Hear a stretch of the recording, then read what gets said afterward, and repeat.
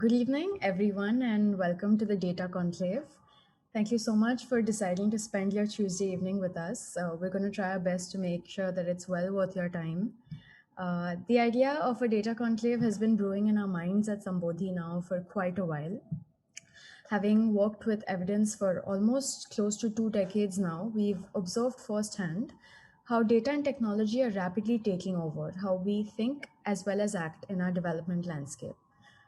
As we undergo this shift, both as an organization as well as a part of a larger development ecosystem, the need to locate how best this data explosion can serve our social impact goals is now larger than ever. We at Sambodhi have been entrenched in this quest. We've launched Frame Analytics, our latest vertical committed to advancing data science and analytics for decision insights. We've established the Development Intelligence Unit, or DIU, with Transform Rural India Foundation to catalyze data and capacity building for rural policy. We are also committed to leveraging technology for rapid data collection through our two in-house platforms, Sambodhi Panels and Survey Point. As data actively reconfigures our pathways to development, it is imperative that we work in tandem with multi-sector partners without losing sight of the larger objective. The Data Conclave is a step in that direction. Our goal is to foster conversations and build a strong narrative by bringing together leaders at the forefront of data and technology for development.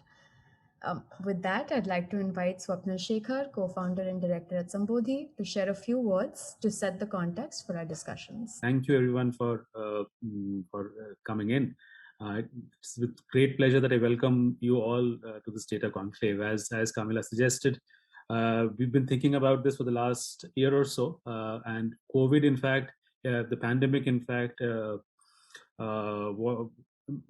made sure that we commit ourselves more towards data and technology and look at newer mechanisms to forge partnership and introduce better technology for real-time data and insight. So this comes in from what we call a force break that we had in the pandemic, and that made us invest and think a lot about data and the way data is getting used. So allow me to set the context for the event, the larger event that we have. It's a 3-day event, and today is the first plenary that we are having. The focus is on practitioners, and by practitioners I mean we are at a point where technology, data, real time need. We are talking about all the things. I was talking to Monajit the other day, and we talked about the fact that how data or how technology takes precedence over data.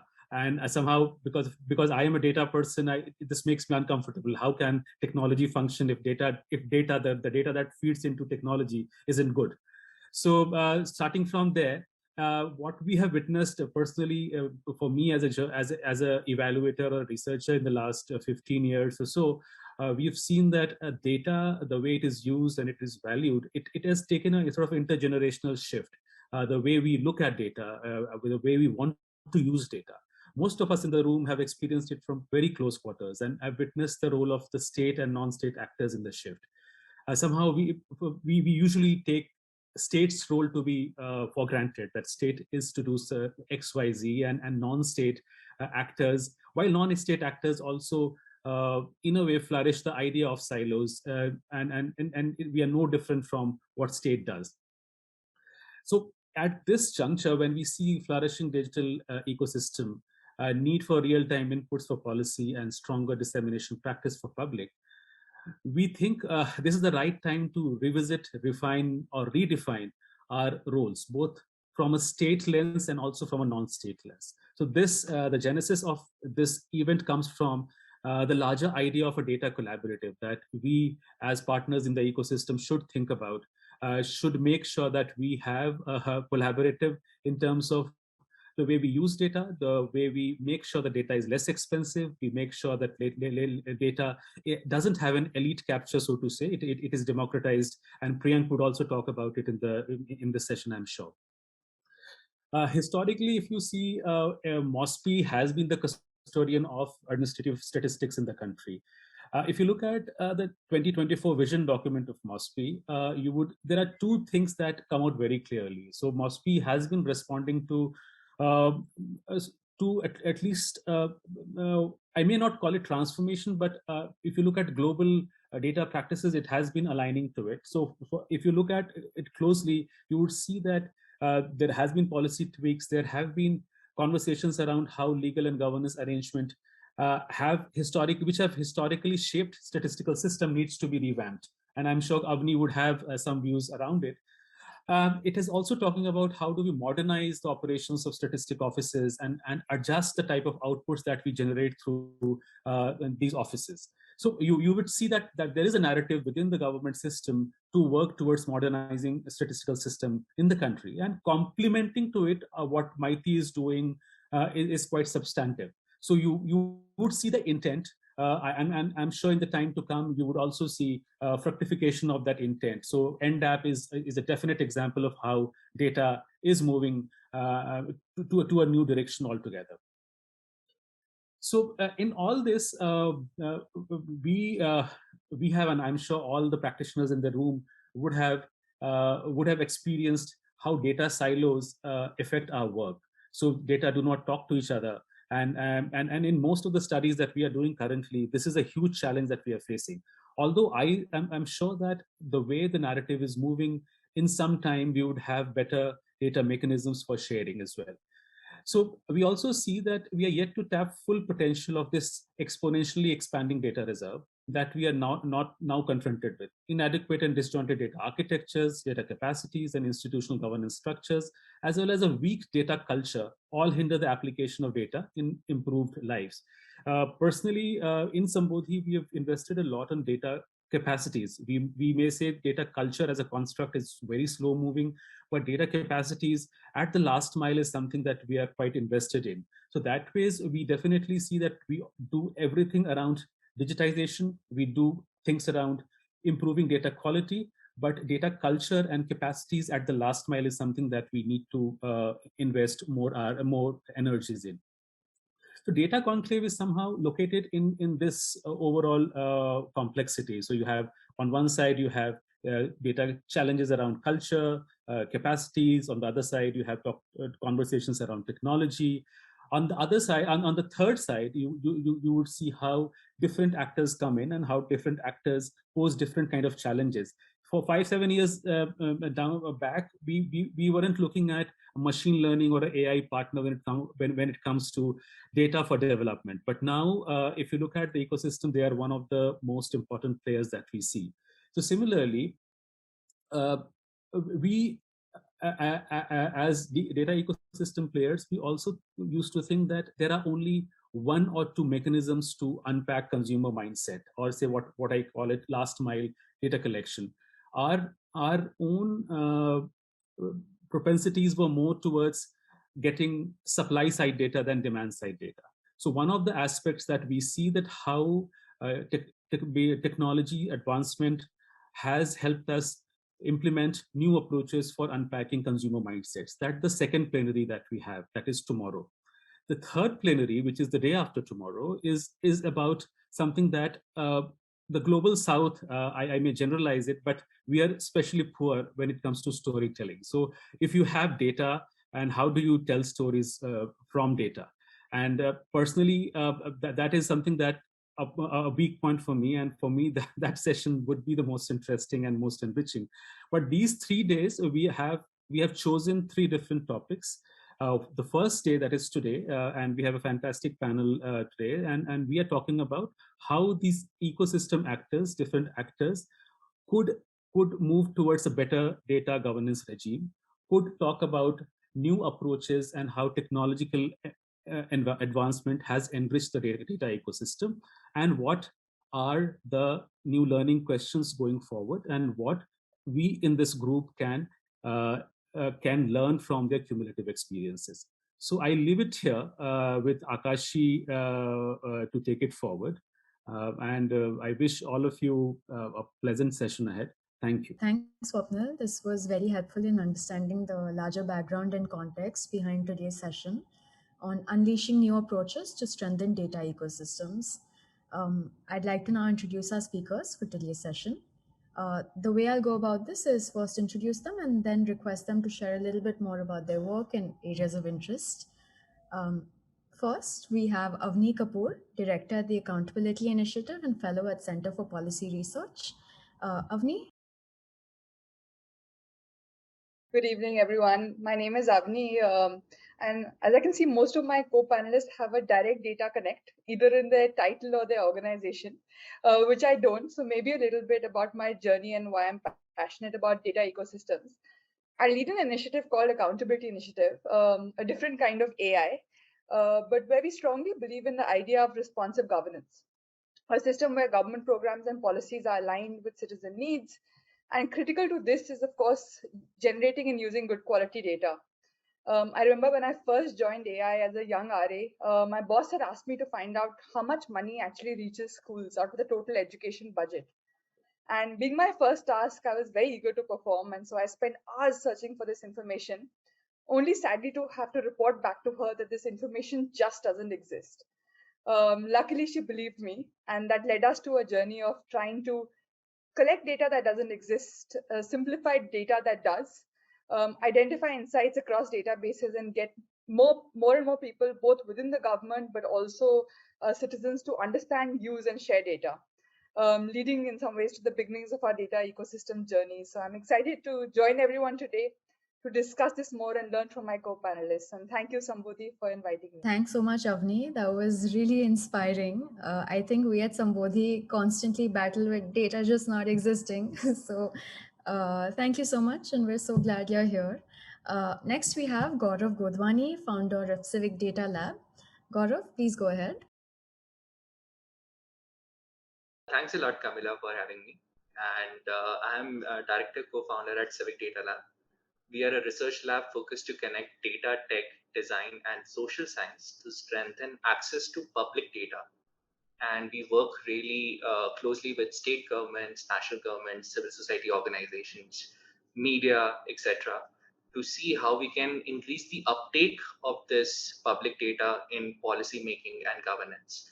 So that's where we come in, and we hope that more and more people, once they have access to public data in a much more cleaner, structured manner, they would be able to engage more in the governance. They would be able to reach out to their elected representatives with their ideas and their needs much better. So that's the kind of mission we are working on. And we have been working in this space primarily in sectors like public finance, where we are trying to improve access to where the government is spending money, how is government generating revenue, what are the kind of contracts and tenders government is allotting at the moment, and ensuring all of this information is accessible in a much more streamlined manner. We are working in law and justice, where we are encouraging community to open up data related to our prisons, our jails, our courts, crime in statistics, and other related data set which would help shape the law and justice discourse much better. We are also started to work in urban planning and education, trying to do similar stuff, trying to build open data ecosystems, which would empower more and more people to not just consume data, but use it for shaping a much more better policy discourse.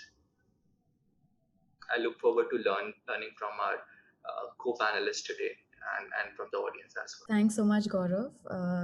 Look forward to hearing more about your work during the panel discussion as well. Next, we have Priyank Hirani, Program Lead, Capacity Accelerator Network at Data.org. Priyank, over to you.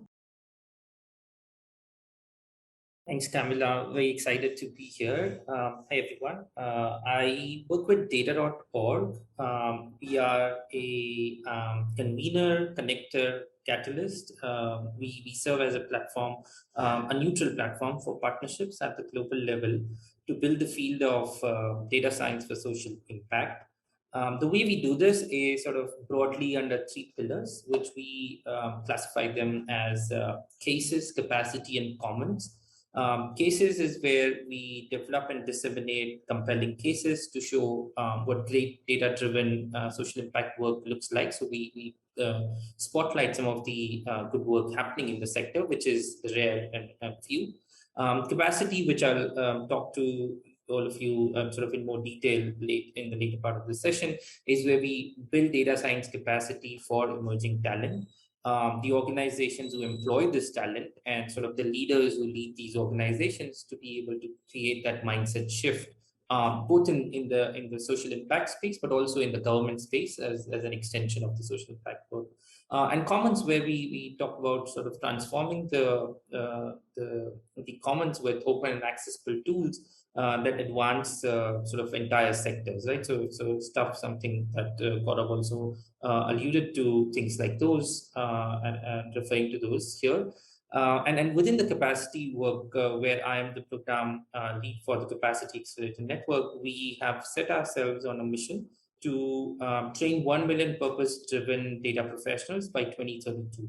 And we look at sort of data professionals not just as data scientists, but we look at it from a broad spectrum of people who engage with sort of all the different parts of a data lifecycle, including data collection, data cleaning, data interpretation, visualization, as well as decision making with that data. And that's where some of my energies are focused, in supporting sort of social impact organizations to increase their own capacities, but also at the individual level to get the right skills and ensuring a DEI lens into that. Yeah, I'll stop here and pass it back. Thanks. Thanks, Priyank. And lastly, we have Monajit Chaudhary, Principal Data and Applied Scientist at Microsoft Turing. Monajit, over to you. Thanks, Camilla, and good evening, everybody. So I have been working as a researcher in the field of AI and machine learning for the last 20 years. So when 20 years ago, as a student, I chose to work on this field, and more specifically in the field of what we call natural language processing. So how to build technology that can understand language, like building machine translation systems or search engines or speech recognition system. I seriously didn't think that these technologies will be in the center stage of everything that would happen in the world maybe a couple of decades later.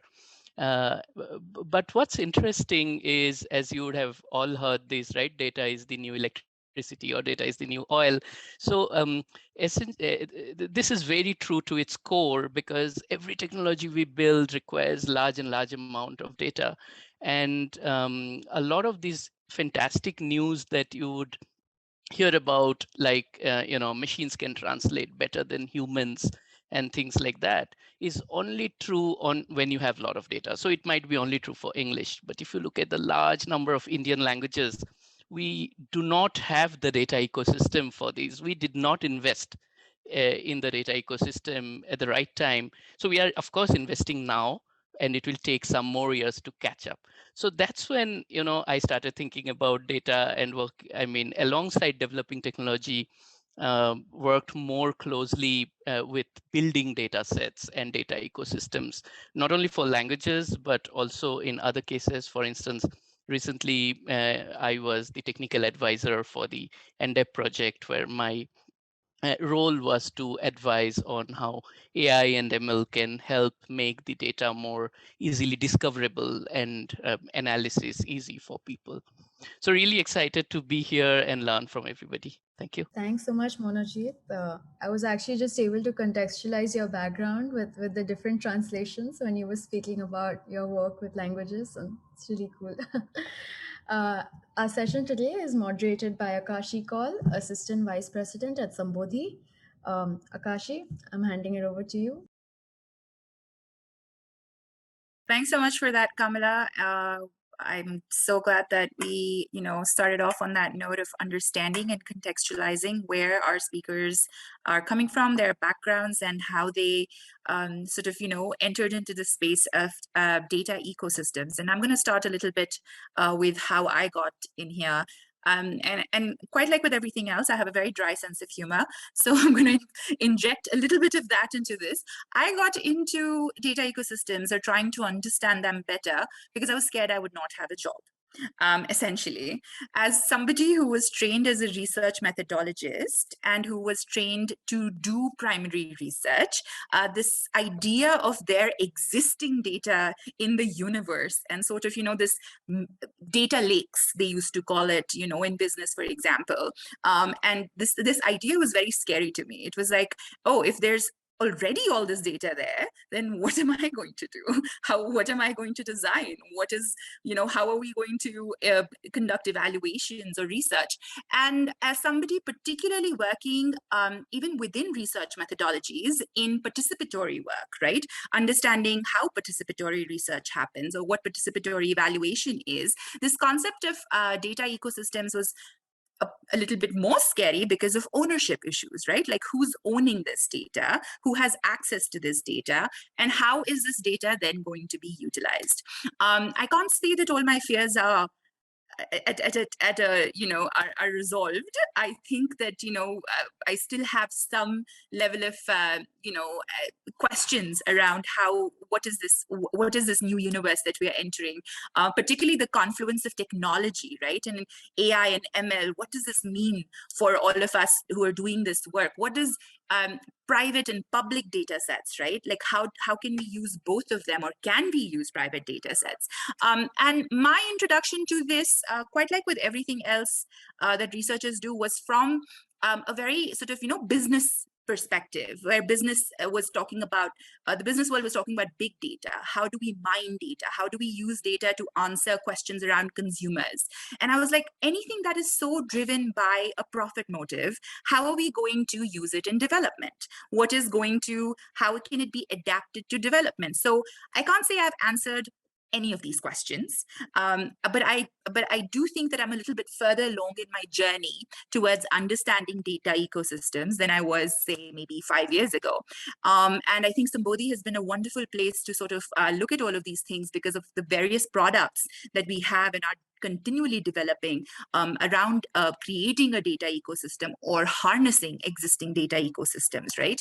So on that note, without sort of meandering further into my own personal fears and concerns and journeys, I want to throw it to AVNI with a question about, as basic as it gets, what are data ecosystems? And why do we need them? Why should we care? Like, why should anybody care about a data ecosystem?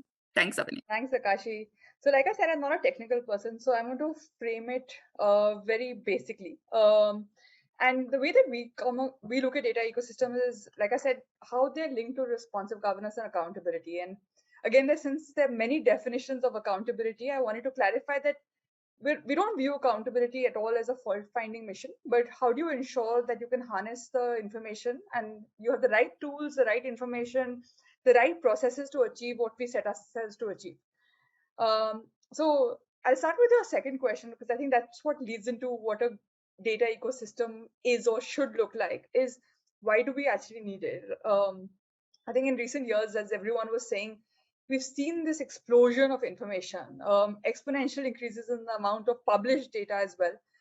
We've seen this in India too. The marginal costs of data collection to data storage to data dissemination has declined. I remember a few years ago, the economic survey had this note, and my colleagues will be able to give more precise figures, but I remember something as staggering as over 60,000 rupees per gigabyte of storage was the cost of data in 1981, and it had gone down to 3 rupees 50 paisa or so in 2019. And I think with the advancements during COVID, where we all needed to go virtual, it's probably even lower now. Yet, despite all this talk of data and technology, we do live in a world where we live in information islands, where we have ministries and organizations which don't share data. And sometimes there's also resistance to actually share their data holdings. And this fragmentation can, of course, substantially increase coordination and maintenance costs, but also decrease the utility of the data that we use, and particularly development data, which is what is very close to my heart. Linked to this, we also have a system where we have multiple data platforms. I remember a few years ago, IFPRI had done a landscape study and found that just for nutrition alone, there were 15 nutrition data visualization tools and data platforms, all of which are trying to understand and contribute to nutrition data ecosystem needs, and also to, of course, inform evidence-based decision-making. You have data.gov.in, you have the recent NDAP that has been released. MORD released a fantastic geotag, GeoSadak data set. But the problem with data platforms is that they risk becoming, at the risk of sounding morbid, but I've seen this too many times, so I'm going to say it, that they risk becoming data graveyards. Information of most value to a user is either buried under voluminous amounts of data dumps, or you don't have the tools and agency or systems or capacity, as Priyank said, to actually use it. And when you lack the ability to communicate with each other, you lose out on large number of people and information that could be used. And of course, technology has played a good role, but at the same time, it doesn't always work, especially in areas where you don't have internet access or you just don't have other technological tools. Then, of course, there are issues with data itself. And I know Gaurav and I have broken our heads with state budgets many times and working with state government departments as well, where, like I started off, you have data insufficiency. It varies in intensity from state to state. But I remember we were doing a study for the 15th Finance Commission, and certain Gram Panchayats data just didn't exist. Similarly, while work-wise details for certain Gram Panchayats were available on the NREGA, the Mahatma Gandhi National Rural Employment Guarantee Act website, they just didn't exist in the GP portal.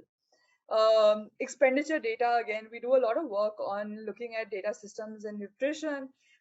Expenditure data, despite the supplementary nutrition program, which has money coming in from the center and the states, and it's a really large program, there's no collated one place where information would be available. And again, there's often this demarcation between physical, which is the outputs and outcome data, as well as the financial data, but actually they need to speak to each other. More importantly, I would argue that you need to also speak to the human resources, the processes that lead to the inputs translating into outputs. Of course, there's a data challenge with data inconsistency. Again, I have broken many heads struggling with that, but it's amazing that we don't have one data source that can tell you the number of Gram Panchayats in the country. Across different data sources, you will find different numbers. So the LG directory has one number, the Ministry of Panchayati Raj has another, the Jal Jeevan Mission, which also targets Panchayat, has another, NREGA has another. And so if I want to know how many Gram Panchayats we have in our country, while all of them have great data systems, you don't have one number that actually is able to answer that question. There's also this question of data integrity.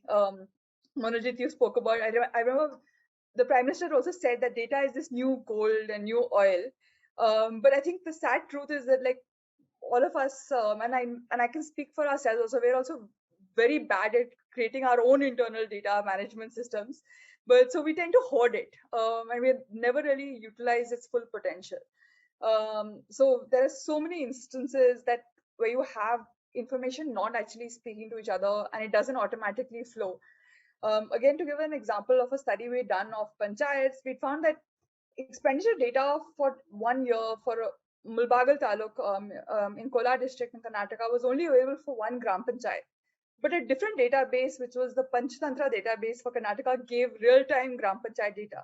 Yet they were both sources which had a lot of government investment. There were people who were actually filling this information, but yet they weren't talking to each other. And you have many such examples that we come across our work of lack of standardization across data and sources and state budgets. Many of the documents are very difficult to navigate. So you have PDFs, you have machine reading is often not even always possible. And I've spent many months in the National Institute of Public Finance library sitting and manually actually entering budget data, just because technology hasn't been able to solve the problem. And I think part of it comes from what Monajit said. Some of these state budgets are in Marathi or in Hindi. And so while you may be able to have a code for English, you don't always have that. And I think of course, cumbersome navigation and like CAPTCHAs are sometimes really frustrating, especially when you have to, every time you download like one data set of one Gram Panchayat, you have a CAPTCHA which requires 3-4 steps, and of course internet and servers space slows. But lastly, and I think that's what we're very interested in, is that there is this challenge between who collects the data who produces the data, and of course, who uses the data. And that's where it becomes particularly interesting. I think the technocratic ideals that we all talk about of evidence-informed policymaking, data-driven decision-making, they don't fully take into account individual prerogatives, individual incentives, the ecosystem blind spots that often exist. And there's relatively little work being done around that. So coming to your first question, what do we mean by a data ecosystem? That too a good one that can lead to more accountability both within the government but also across the Samaj Sarkar Bazaar narrative. And I think as the name suggests, an ecosystem is one which is interconnected. It's an interconnected set of services that combines data from numerous providers and builds value through the usage of processed data.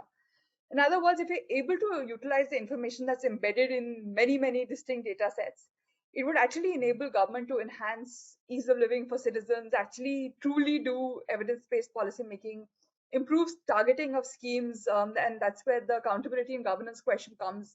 Actually uncover unmet needs, integrate fragmented markets, bring greater accountability and transparency. So when we think of a data ecosystem, we should think about it in roughly 4 parts. The first is, of course, the infrastructure, which typically sounds like it's hardware and software, which it is also. It's important to have that to capture, collect, and organize data. It also needs to have data standards that encourage that interoperability that I spoke about.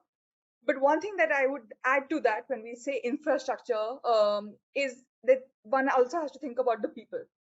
The capacity and incentives, like I said, of the people. And an example of the right to information, which was a great advancement in terms of open data. A recent, I think Supreme Court recently had a ruling that Maharashtra had this dubious distinction of 75,000 appeals or complaints pending before state information commissions. So when you're thinking of the data infrastructure, it's also important to think about the needs, capacity, and incentives of the people who are actually going to be behind that machine or actually going to be inputting that data or understanding that data. Next step is the analytics. And I think what our experience of working both with state governments is that it doesn't always have to, analytics doesn't always have to be something fancy. It can be, of course, technology does help, but it's about removing barriers to understanding and using the data and building that collective understanding. And that can be done through Excel, it can be done through numerous means. And so analytics is the second piece of that data ecosystem, as it were. The example I gave of different data sets not speaking to each other, I think in the absence of a centralized public system where government databases are accessible only to the ministries that use them or the development partners that finance them, it leads to a lot of duplication and opacity. And so a good data ecosystem needs to promote that shift of encouraging effective data use and analytics. So not just the publication of more data, but actually figuring out how you can use it better. The third step is data governance. We've all spoken about the growing deluge of data, but in this deluge of information, it also raises important concerns about control, about ownership, about ethical use of data. There are these concerns about effective governance of data. And since a lot of data is collected of citizens, how do you ensure that you're not exposing citizens to risk of surveillance or unintended consequences of use of personal data? And I think that's become really important, especially given that we are in a world where there is a lot of big data. And so since our privacy laws are still being developed and having those clear governance rules are important, and linked to that is, of course, metadata that I keep arguing for even within our team. And lastly, I think that's the thing that's most close to my heart is, and I know, again, from listening to the other panelists, I think it's close to most of our hearts, is how do you use that data for accountability and how do you democratize that data? Government and private sectors all collect a lot of data, from demographics to health needs. Now we have health IDs, vaccination status, tax status, education qualifications. How do you ensure that the data is available for use, keeping in mind, of course, the sensitivity and concerns around it and privacy concerns around it? And here sometimes it gets messy because I think there are different ways in which we can do it. And one of the things that we've been arguing for is the important role of information intermediaries. intermediaries, as they're called, whether it's journalists or think tanks or groups that can actually try and help connect users to information they need, translate that data into clear and actionable information, and ultimately link open data to accountability. So I'll just end by saying I think tackling governance problems is real. It's messy. And that context often requires overlapping skill sets. We live in a world where evidence-based decision-making is being sought of and advocated. But critical to this is going to be to ensure that data use for accountability, where more and better data and research by citizens and government is collected, used, and so that it can support accountability while also, of course, addressing needs of privacy. And I think that's going to require all of us to collaborate, adapt, adopt, create, and use data and evidence to honestly reflect on what is working and what theories match with practice. So I'll pause here. Thank you. Thanks so much for that, Avni. That was, I think, the perfect start and introduction to understanding what data ecosystems are and why they're important and how they can be used not just for accountability and governance, but also to address issues around, like you said, the concerns around, privacy. And I know, GDPR had a bunch to say with regards to this and legislation with regards to this and how much up in arms the business community was at that point in time against those legislations. So we know this is an ongoing tussle with regards to, how do we ensure that we're collecting enough but not too much, and then that what we are collecting is not then utilized for other things that perhaps folks who are giving us this information don't want it used for. And I know, Avni, that you are a researcher, quite like myself. So I was wondering if you could speak briefly to the role of researchers, particularly in this, sort of new world of data ecosystems, and how do researchers fit into this space? What is the role of somebody who's doing research in public policy now?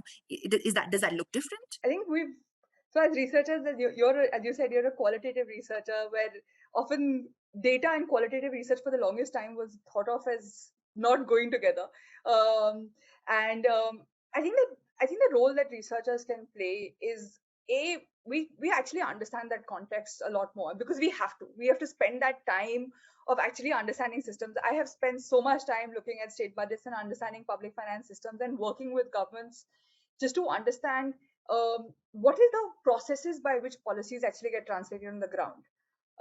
And that's that understanding that we could bring to technical partners who can actually help us break it down further. So as researchers, we have this fight with our communications team often, is that as researchers, we get very, very deeply embedded in our research. The communications team and similarly the technical team can pull us back a little bit, but also use the information that we have of, okay, how do you actually, what is the kind of information that is required to make sure that when you're analyzing policies. The number of time I've spent with government officers where the question that gets asked to me is, as a researcher, what is the information that would be useful for you that could actually make your research better? So that's one way of doing it. At the same time, I think that intermediaries is another important way. While technology can solve some of the issues, I think you still need those intermediaries to actually say, what is it that information that is required? How do you get that information, which is where the process and the understanding of the ecosystem is useful. And then again, how do you make that information useful for others in the audience? I know Gaurav and I have brainstormed on that as well a few times when they've created platforms and I'm coming in as a researcher saying, well, this is really useful for me. And, oh, can we also have this? So I keep giving him my wish list, as it were. But I think the strength of the research world, where we try and understand our audiences in depth, we spend some time with them, trying to understand their needs, but also their fears. I think this question of, we've seen this with the ICDS program, where there was this attempt of launching technology to try and solve some of the data challenges.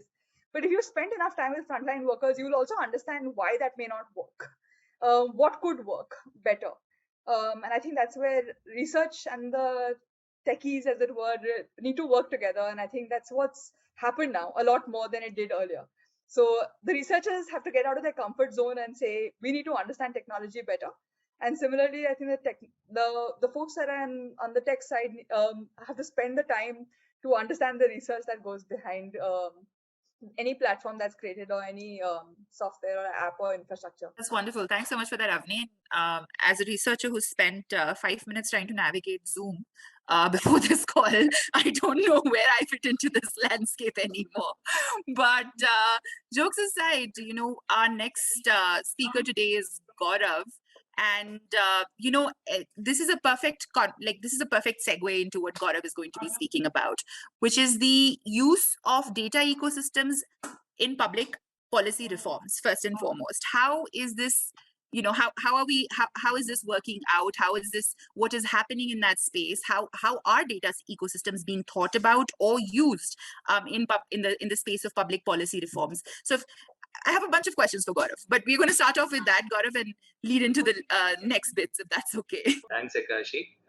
And it's a difficult one. It's a difficult one to answer how exactly different actors are now thinking through data ecosystem and public policy. So I would start with a story, like a short story of me trying to access Indore Municipal Corporation budget data. It's very relevant to what Avni was saying. So Indore Municipal Corporation was notoriously not publishing their budget data on their website for a while. And if you were to think how a city is progressing, budget is a very crucial information to understand city's priorities and where the city is planning to generate revenue from, what are the kind of new schemes being introduced, especially with more onus coming on cities to decide on urban development and how urban policy is going to progress in coming years.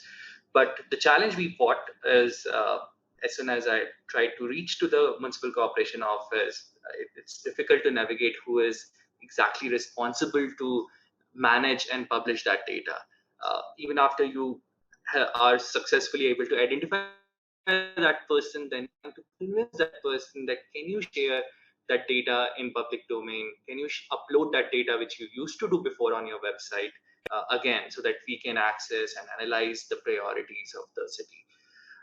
But it's always difficult to navigate that responsibility, because they are also catering multiple things. There is no dedicated one person responsible to manage data, responsible to see how data is gonna act in the whole ecosystem there. So there is a deficit in terms of talent which governments are currently facing, and there is more and more demand coming from the citizens to access that data. We filed the RTI, we got the response in form of a big pile of printed pages. I have to pay for each page of that information again to the authority. And this was first year, and then next year again they didn't publish on the website. I need to again file the RTI, again approach the concerned person, and you would see the concerned person has moved on from that role to some other role. They're no longer responsible for managing data, and they didn't get a chance to do some sort of a capacity building exercise for the concerned authorities. So all of that gaps exist, and next year again, the data is not yet there. And this time the RTI request was not even acknowledged. So again, a difficult thing to navigate through. But you have to keep trying and trying to understand how this ecosystem is actually at play. Just passing a particular policy or an act is not actually solve for the kind of capacity which needs to build this up. And I think Priyank is going to talk about it much more, that how his work is going to influence these kind of things on ground. So what we thought how to approach this whole issue is by identifying different stakeholders, different actors who would play a vital role in thinking through this data ecosystem and contributing their bits and parts together, so that we create ultimately this open knowledge ecosystem where data is one crucial part, but data is not alone. There are different actors who play their job, like people who are good with advocacy, working with governments, working with several civil society organizations should come in, and they should share their knowledge and expertise on how to convince right stakeholders, especially from the government's end, to share data in public domain. Then we need more designers, more storytellers to see how this platform needs to be scoped, how the human-centered interface of this platform needs to be thought through, how different workflows for this platform, this ecosystem should be thought through. And then we need, of course, the technologists to automate some of these things and work closely with the several stakeholders to identify where all they can fit in. And we also need the subject matter experts. So if you're talking about budgets, we need the economists. If you're talking about Indian languages, we need the linguists. And if you're talking about law and justice, we definitely need to work closely with the legal researchers. So working very closely with the subject matter experts, understand how can we stabilize the taxonomy, how can we create a comprehensive metadata which helps people understand the whole ecosystem. So all of this effort is required to translate an idea of opening up data into an execution of a sustainable data ecosystem which works on its own. And then we need someone to orchestrate all of this and constantly see the big picture. Are we publishing with a purpose? Are we trying to solve for the needs of the people for which this data needs to be produced? That wider bird eye view is needed constantly to assess where are we and how long is the journey to publish all of this information.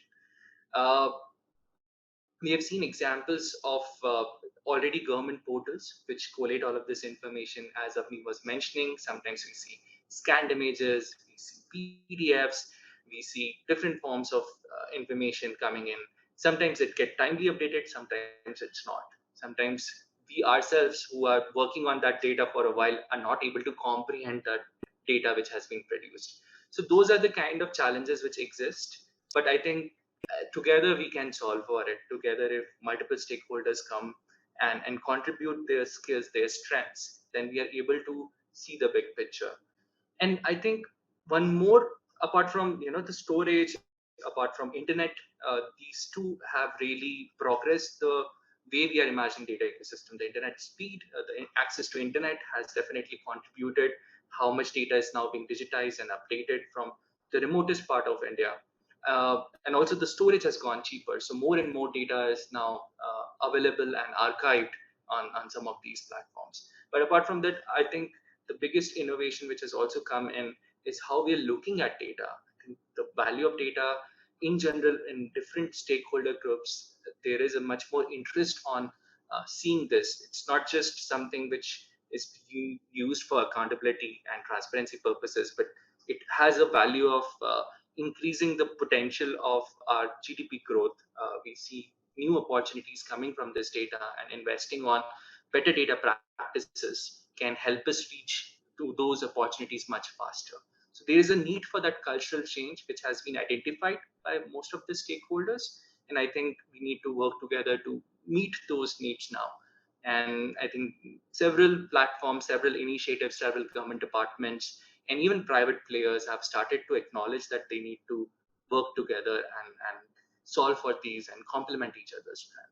That's where I think we are in terms of the data ecosystems. Thanks so much for that, Gaurav. That really sort of puts us, gives us perspective into how, of course, how public policy is approaching this thing, but how it's also sort of interacting with tech, right? Like we're talking about digitization, we're talking about moving towards technology. And I know that you do work with open source softwares and looking at how that affects this entire space. So I was wondering if you could give us a little bit about that too, and what's the future looking like for that, or what's the present even for that matter? Definitely. So when the Datagov platform emerged from US, the major challenge back then was that it takes a lot of time to build data cataloging software, a software which would help several stakeholders catalog the data they are sitting on, give the right amount of metadata, and streamline some of the data operations which currently happen mostly manually. You can imagine it as a biggest digital library of resources. We are trying to create that, and the software needs to cater to those kind of demands as well. So that's where I think the conversation of different community members and technologists working on open data and open knowledge ecosystem started to emerge, and we started to see proliferation of more open source software in domain, where we saw more more data sets could be plugged in together if the software base is standardized. And that's where open source communities played a vital role. Uh, Softwares like CCAN came into picture, which powers most of the open data ecosystems at the moment. It actually accelerated how much time each country would take to start creating this data cataloging software for their own use cases. And a lot of countries started to adopt it. So more and more organizations were on the forefront of using open source software. And this also helped people to translate some of the processes in their local languages as well. So a data flow in English might look slightly different from a data flow in Hindi or data flow in Tamil. So ensuring that this localization of the software also happens, that became much faster because we had open data softwares already in open source. So more and more communities could contribute and give that local element to the software, which was needed for wider adoption. So we are on that juncture at the moment where there's more adoption, but at the same time, the demand is increasing drastically. So more support would be needed from different stakeholders to come together and create ecosystems which are local, which are regional in nature, which solves for the needs of the people of that region and are actually embedded in the traditional workflows of knowledge there, rather than something which is slightly alien and being trying to push in that geography. So that's the kind of cultural shift which we are seeing with the software development around these aspects of open knowledge as well. Wonderful.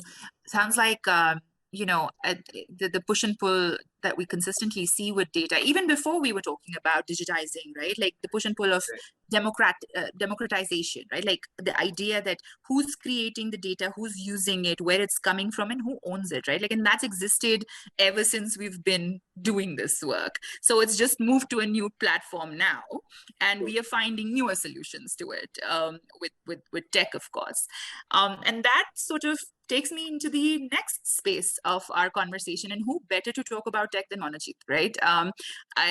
I mean, half of the things Monajit is going to talk about, I'm going to have need a dictionary to maybe decode at this point in time. But Monajit, if you could speak to us about the confluence of technology and data ecosystems, and sort of just tell us where are we with that in the public policy sphere. There are two-way interaction between technology and data ecosystems. One is technology can really help data ecosystems, and on the other hand, you need good data to build good technology. So data ecosystems feeds back to the technology. And a classic example of this is if you think of like big companies which has a lot of data, for instance, Google. Now, it's extremely difficult for anybody to build a search engine as powerful as Google, not because they can't come up with a better technology, but just because they don't have enough data. We'll never have enough data as much as Google has. Now, so there is this positive, kind of feedback loop between technology and data ecosystem. Now, I think from the point of how technology can help data ecosystem, I'll go back to the points which AVNI mentioned. And all the problems AVNI, brought out very carefully and thoughtfully, all of these can be to some extent, solved with technology, and of course with the proper intention and proper help from human in the loop. So let's take them one by one, and I'm here. Let me take the example of what happened in NDAP when we were trying to build that platform. So the first problem you have is assuming that the data already exists is to onboard the data into a system. Now, when you want to onboard the data into the system, the data has to be in digital form.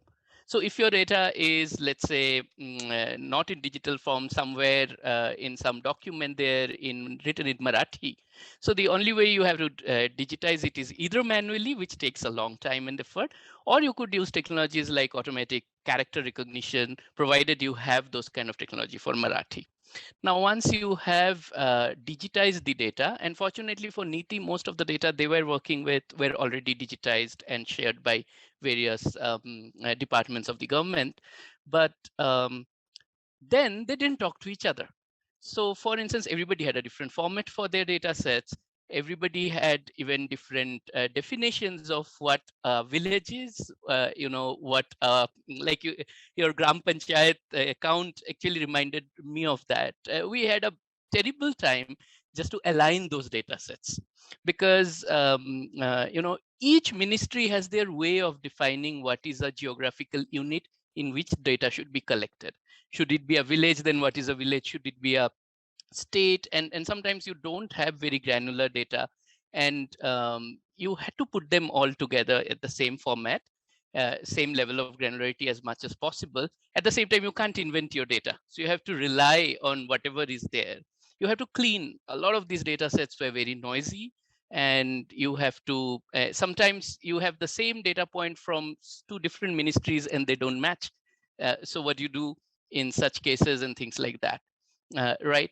So here too, human intervention is needed, but technology can help to some extent. For instance, there are ways in which you could give a few example corrections or few example formatting tips, and then it can automatically learn what is the kind of transformation on the data that you are asking for, and it can transform the whole data in the format you want. Again, metadata is another point that we have very meticulously designed, because metadata is I would say the heart of the data. Like, unless you have good metadata, it's extremely difficult later to do anything with the data. And metadata and certain interesting data items or indicators are not present. Very important indicators like quality of the data and estimates of those are not present in most of the data sets. So those were some of the issues. So anyway, so the first set of tasks was to onboard all these diverse kind of data sets stored in diverse formats and everything in a single platform, so that you can search across those in a uniform way. So it required quite a bit of technology. Once you have that, the next thing would be data discovery. Now, and again, Avni, I think, mentioned about it, that your data seems to get buried under so much data that it's very hard for a user to find out what they want. So what essentially it means is you have to build a powerful search engine, something like Google or Bing, so that somebody can give very intuitive queries and the data can be pulled out. We tried working towards that also, but there are various issues. Like I said, to build such a good search engine, you need first queries. Typically what kind of queries user would give, and what kind of results you get for them. And of course, we created a few meaning in several hundred certain examples. We asked some users to try it out in the development stage and all. But still, it's what we call in machine learning the cold start problem. How do you build a good system when you don't have the data to train it on? So you build something and then you just hope people will start using it. As people use it, more and more data comes in, and then your system continuously evolves. So in the discovery itself, there are some interesting things like, what happens when the query is in an Indian language? Or for instance, if you think of names of villages, there is no uniform way of typing them. People can type it in various ways. People might romanize it in different Indian languages. There will be slight differences, difference of script and all that. So far, it only supports English. The hope is to support all the 22 scheduled languages, but it will take some more time. But for English, we have a lot of, like Gaurav was mentioning, open source tools which can be readily used to build this kind of search engines, as well as data sets using which we can build. So again, going back to the language point, we need more data for various Indian languages and more softwares, especially in the open source domain, which can process those languages. The third, analytics. So this is interesting. So there are two kinds of analytics that you can think of that you want to do on data sets. One is what we call database operations. For instance, you take two data sets from two different ministries and merge them based on certain attribute. Let's say I take all the rainfall information and paddy production information and merge them by the village. So at village level, I have these two information, and then I can study correlation between rainfall and paddy production, for instance. So these are the kind of analytics, and some of these are automated on Niti platform. But suppose Avni wants to use it, sorry, Akashi wants to use it, who finds it difficult even to use Zoom. So would she be, sorry for pulling your leg, Akashi here, but it might be a little difficult for many users to do this correlation and all these things, right? Won't it be wonderful if you just press a button and said, hey, is there a positive relationship or a correlation between the rainfall and paddy production across different villages or states, and then the model can automatically go back and use AI to figure out everything and give you the answer and even explain its answer, right? So that's a goal which is hard even for even to do it in English. It's a kind of a research problem, but we are progressing towards it. So soon we will have such things which will help us navigate through data. I'll stop here because I can also talk about how such data ecosystems can help technology, but that might be slightly off the topic. I am sort of very invested in personally, and I think is a key point of interest for a country like India, where we have so many different languages, and where access to data is so heavily dependent on the language that you speak, right? So, and I know that you work in the vernacularization of the space. So, could you speak a little bit, and also given my interest in participatory research, how we can democratize this process, how we can make it more accessible to a greater number of people, make sure that it is used by a greater number of people, is also a key area of interest for me personally. So we're definitely going to speak about the vernacularization of this data ecosystems. So if you could sort of, tell us a little bit more about that and your research in that and the future of this process. Is there interest? Is there work happening here? There is a lot of work happening here. So if you think of the world, there are 6,000 languages. And in India, depending on how you count, there are 150 to 300 languages. And I think 40 to 50 of these languages are spoken by more than 1 million speakers. So these are all like really popular languages. Now, coming to the tech side of things, if you think of for which of these languages we can have some of these basic texts, like let's say search engines and speech recognition system. And by the way, speech recognition systems are very important, especially for communities who or people who are not conversant in typing. Or are not literate, or maybe are minimally literate. And there's a huge population of speakers of Indian languages who might fall in that category, and tech can certainly help them there. Now, if you think of where technology is, right? So we did a study 2 years ago, and at that time, Hindi was the only Indian language which had enough data to call it what we, digitally or rich. And then if you look at the tail of it, right, Bengali, Telugu and Marathi, or I think Bengali, Marathi and one more language, I'm forgetting which one, had some resources so that we can build certain texts for them. Rest of the languages, including the remaining scheduled languages of India, had absolutely minimal resources. So we really could not make any good systems which people could readily use and solve such tasks. Now, what prevents us from making those, right? So clearly, again, we come to the same point, data.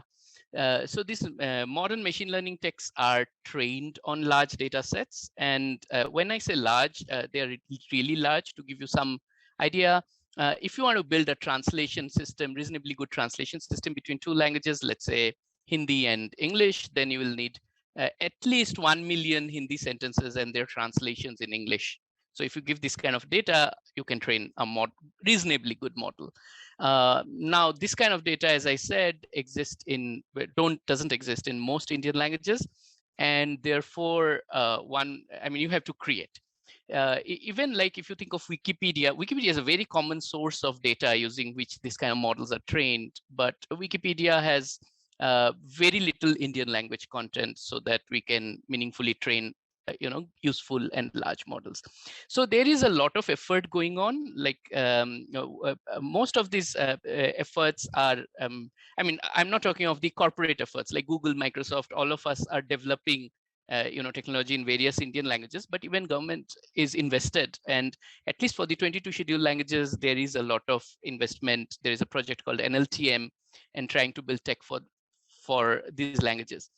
But what about the languages beyond these 22? Like I have personally worked with Gondi. So Gondi is a language spoken by several million speakers, and most are semi-literate. And there is absolutely no, I mean, they have no access to information. Like if you think of it, even the land right laws, etc., they are not aware of because they really can't read in the languages which has those. So if you can take, I mean, make a system, let's say Gondi's speech-based search system, which could search from documents which are in other languages and present them back in Gondi, how wonderful it would be. And the problem there is we can't expect the big tech companies to invest because there is not a big market there. And even government probably won't invest beyond the 22 languages. So what happens?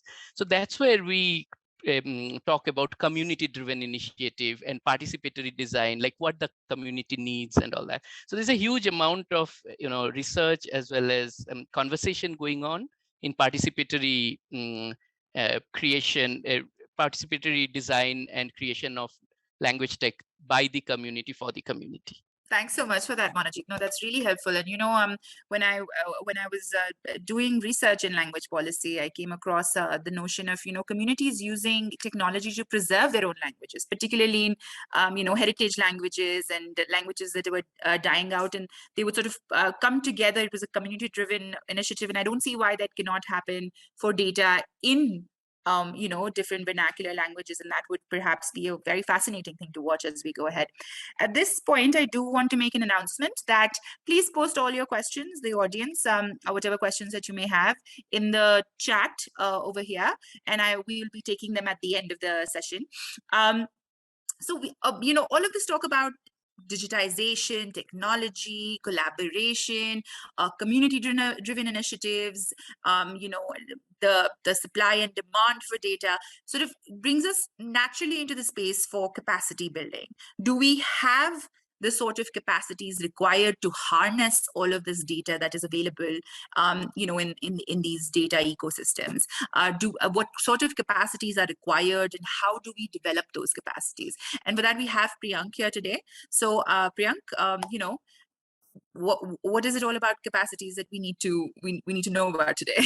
Thanks, Tashi. So I think from a capacity perspective, it's important to understand that data talent is sort of available in limited supply. So even the private sector often is struggling to attract the best data talent.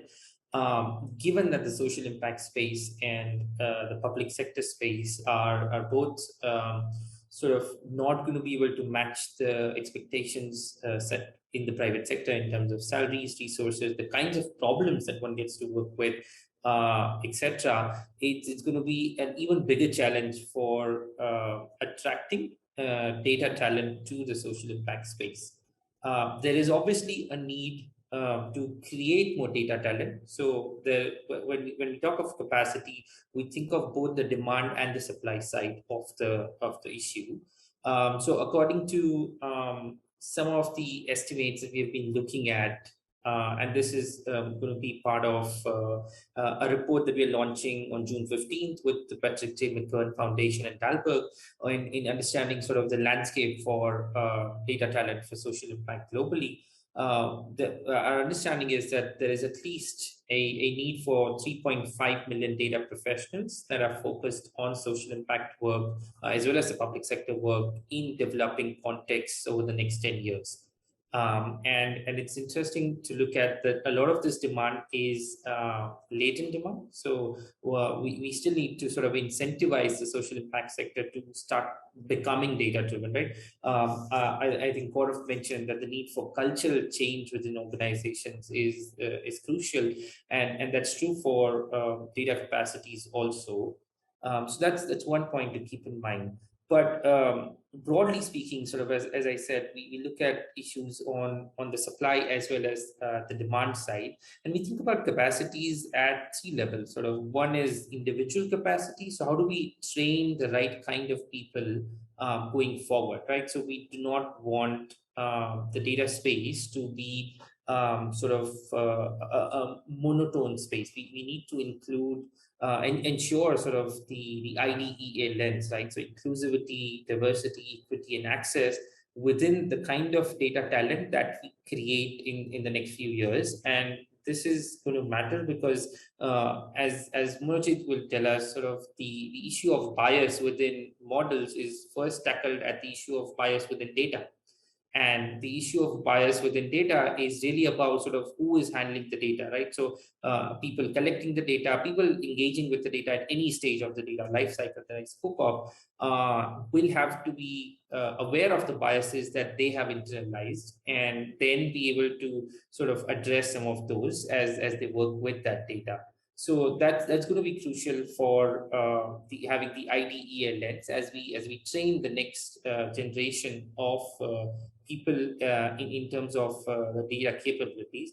Another important thing that we understand is that there is a need, and some of my co-panelists alluded to this, was there's a need to think about data capacities with subject matter expertise. So we do believe that going forward, we would not sort of having just a data science background will be all right, but having a subject matter expertise associated with the data science background is going to be helping one go even further, right? So for example, there are people working in health sector, there are people working in climate change, etc. Can we think about upskilling those people by giving them a bunch of data science related skills so that they could go back to the sectoral knowledge or expertise that they have and apply these skills there? So it's similarly sort of looking at like real life programming is where this would be necessary. As an example of that, along with the Mastercard Center for Inclusive Growth, we recently launched at the University of Chicago's Data Science Institute and 7 other partners in the US, a program on financial inclusion, data science for social impact curriculum building. So we're going to be looking at like experiential learning modules, thinking about sort of how do we look at live programs, in live projects with social impact organizations where students who are trained in data science can apply that work within the financial inclusion domain. And this sort of is going to be sort of the future in which we'll have to train the data talent in the right manner, because that is then going to be useful for people going into the social impact space as we go forward. One of the things that we're doing to look at sort of capacity building at an organization level is thinking about sort of what are the tools that we can create that can help organizations to think about their own data journey. As an example, we recently launched a data maturity assessment that would help organizations get a sort of a pulse check. So it's a 10-minute self-assessment that can be taken up by anyone at an organization. Does not have to be a data talent, could be a programs person, a comms person, executive leadership, and think about sort of where and see for themselves where they are in their data journey over a set of 10 subcategories or 10 parameters, looking at how they're doing on their data ethics, or how they're doing on their data culture, how they're doing on data governance, how they're doing on hiring the right data talent, etc. And sort of these would be things that can help organizations as well as government agencies, departments, to see where one stands at in their current data journey, as well as think about where they want to go. So this is the kind of things that we can look at sort of at an organization level. Now, one needs to sort of think about capacity building at the individual level, think about capacity at the organization level, and a lot of this will have to sort of be tackled both top down as well as bottoms up. So thinking about like leadership at social impact organizations and working with them to see what sort of data talent would they need. So getting them to have the mindset of evidence-driven decision making and then be able to say that I need to sort of allocate budget to hire XYZ data talent. Not every organization is going to need a data scientist, right? So we don't need to advocate for that, but one needs to understand sort of what are the positions that one needs, and then how do we create that environment to absorb that talent. Thinking about when data talent comes into a social impact space or in a government department, as a number of our sort of co-panelists mentioned, there is the issue of sort of lack of data. A lot of the time is going to go in cleaning up data sets. A lot of the time is going to go for people banging their heads against trying to get different actors to come on the same page with regards to data.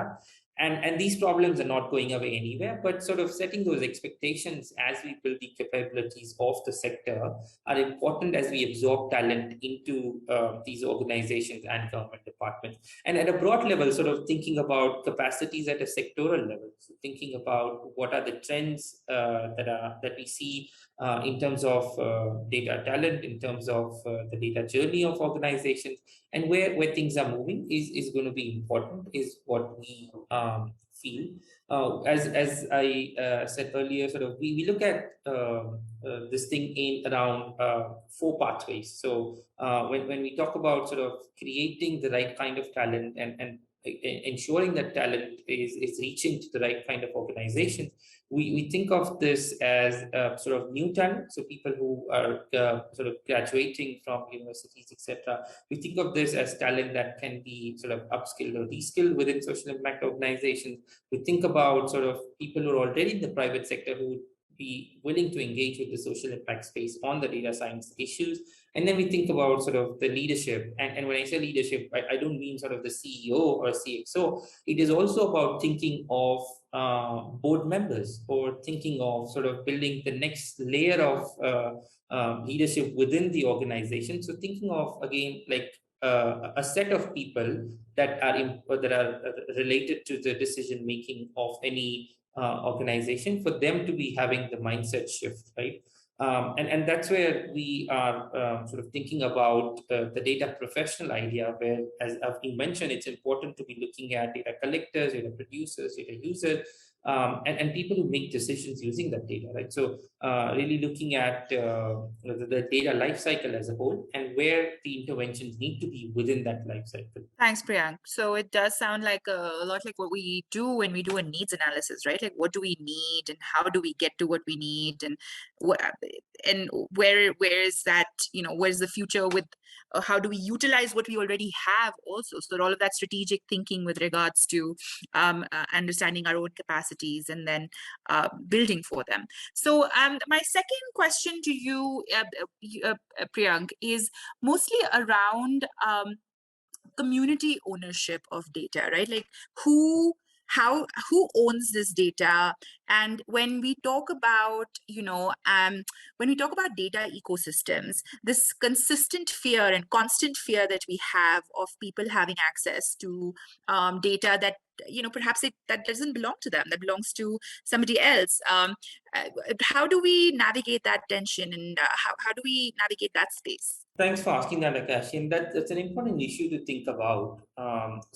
We spoke a lot about sort of the public policy aspects and data ecosystems from the broader public engagement or government data related things. And Monajit did mention the community-driven research things that he's been involved with.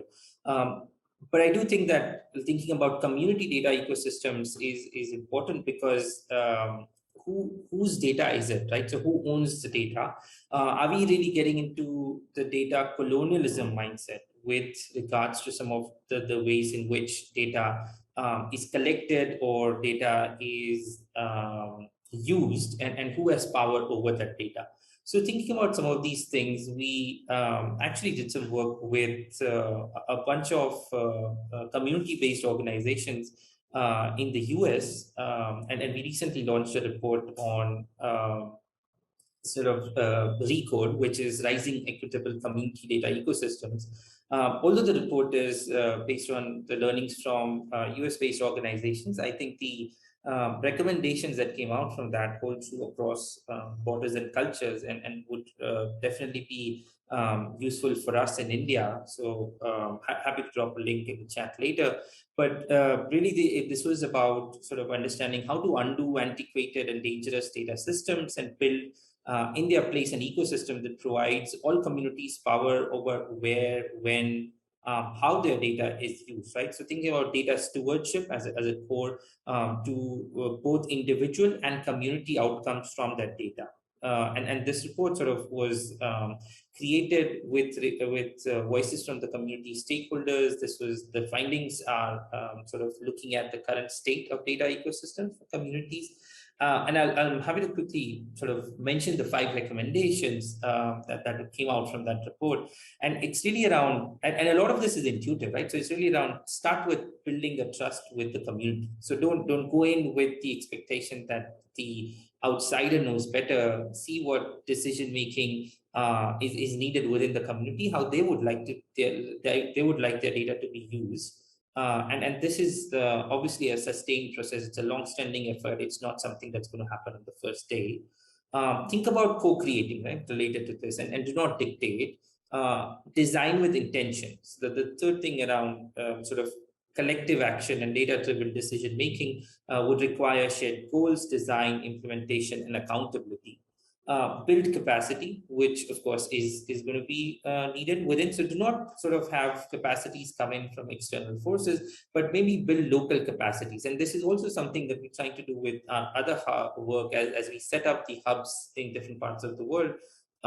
This is how we think about it. And then reset the rules, right? Really thinking about holding different institutions accountable and not thinking about sort of quick fixes, but to look at systemic issues and trying to resolve those at a complex level.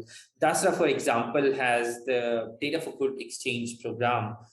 In fact, the applications are open right now, I believe. And they also look at sort of similar ethos and philosophy where we're thinking about whose data is it, and then how do we ensure that the individual whose data it is gets power onto using that data and how it's dealt with. Thanks, Priyank. And the sign of a good discussion is when you are at the risk of running over. So with that, I do see there's a bunch of questions that have come in, and I'm really sorry to say we won't be able to take all of them. And in the interest of being fair, the first person who typed their question gets their pick. So we have a question. This is addressed to Monajit, but please feel anybody who's is able to answer, please feel free. That you mentioned that many a times we find that publicly available data from 2 sources do not match. How do you use technology to remove redundancies and also make sense of it? Let's limit it to that for now. So, and I face this a lot, I work in livelihoods, and oftentimes Manrega data and NRLM data are, and you're like, what is going on here? We don't quite understand. So how can we use technology to remove redundancies and make sense of conflicting data sets? So this is a very interesting question on which we debated quite a bit actually when we were designing the systems, because it's also a matter of policy. And not only a matter of technology, because when there are 2 data points which don't agree with each other, what do you do, and how do we take the decision, on what basis? I mean, I'm talking of from a policy point of view.